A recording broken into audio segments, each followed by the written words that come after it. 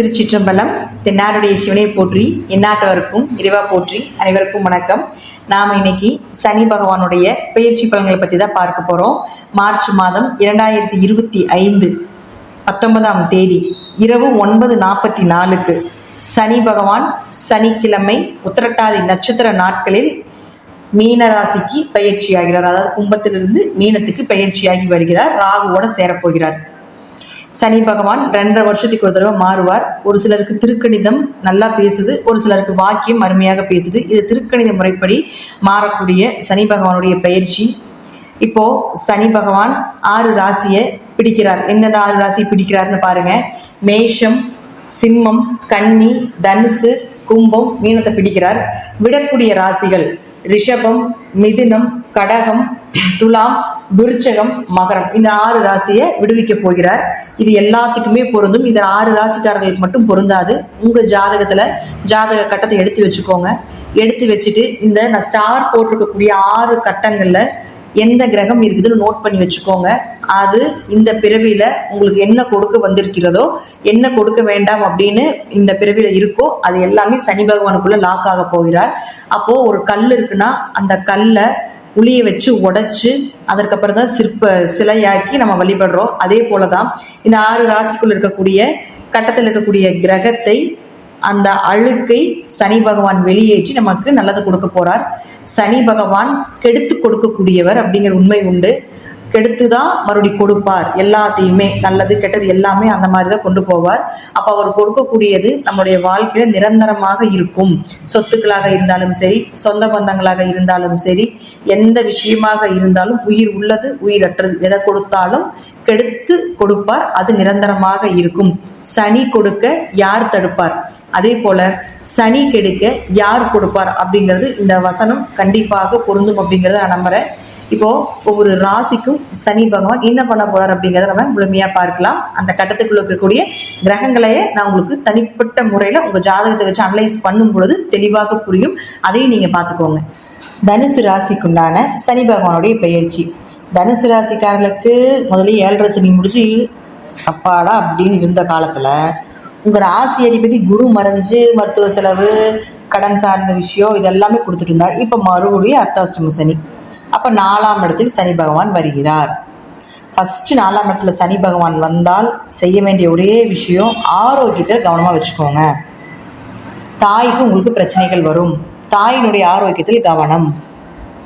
அதே போல வீடு, மனை, சொத்து சுகங்கள் விற்கிறது, மறுபடியும் திரும்ப வாங்குறது, அதுல ஏதாவது வண்டி வாகனங்கள் பழுதாகிறது, தேவையில்லாத அதுக்கு ஏதாவது விரை செலவுகள் பண்ண வேண்டியது, கடுமையான மருத்துவ செலவுகள் வர்றது, இதெல்லாமே உண்டு. இதைத்தான் ஃபர்ஸ்ட் இந்த அர்த்தாஷ்டம சனியில பண்ணும். வீட்டுக்கு வந்தா நிம்மதியே இல்லை அப்படின்னு சொல்ல வச்சிருக்கோம்.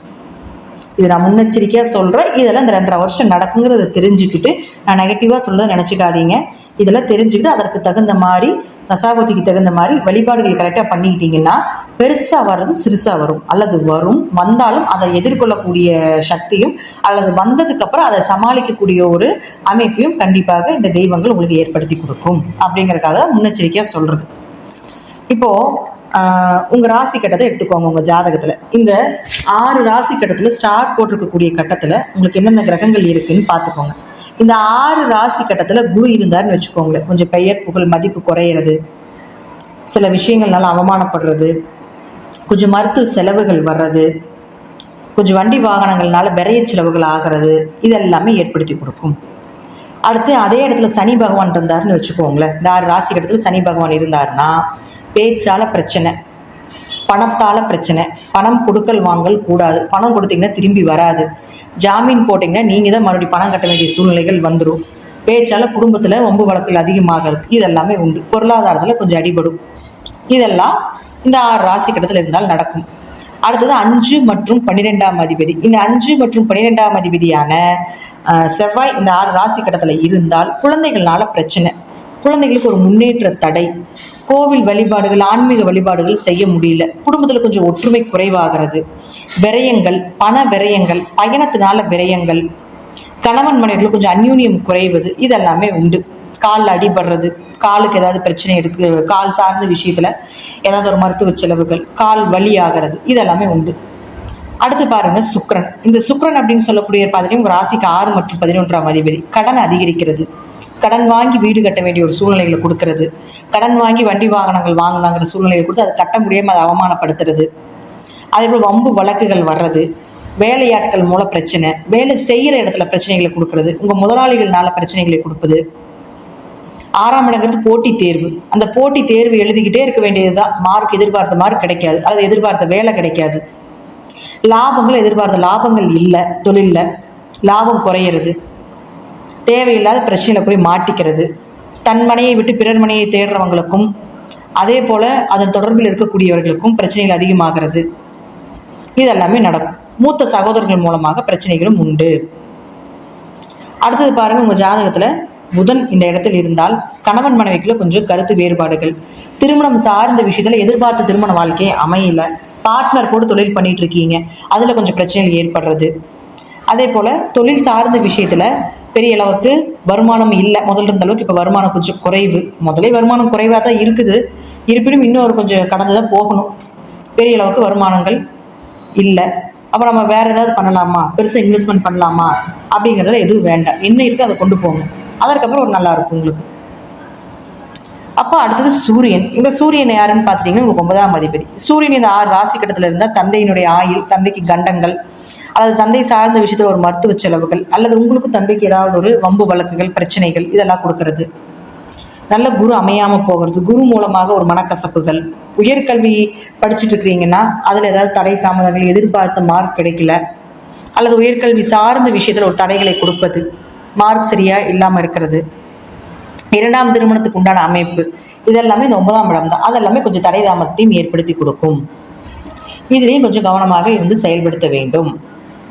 விவசாயம் சார்ந்த தொழில் இருக்கக்கூடியவர்களுக்கு பெரிய அளவுக்கு இன்வெஸ்ட்மெண்ட் பண்ணாதீங்க, விளைச்சல் இல்லாட்டியும் பரவாயில்ல, பணத்தை போட்டு நஷ்டமாய் கடன் ஆயிடாதீங்க.